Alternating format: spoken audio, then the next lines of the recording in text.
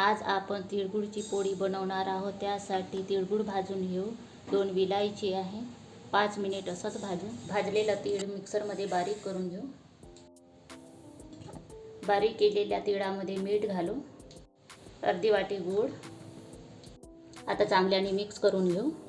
भिजवलेला आटा घेऊ. असं प्रेस करून घेऊ. यात मिश्रण घालू.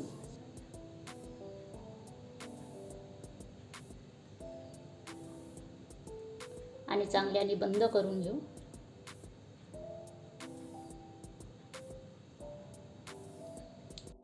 आता याची पोळी करून घेऊ.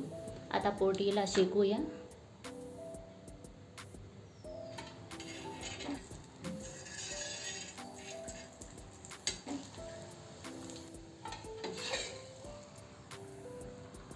झाली आपली तिळगुळ पोळी.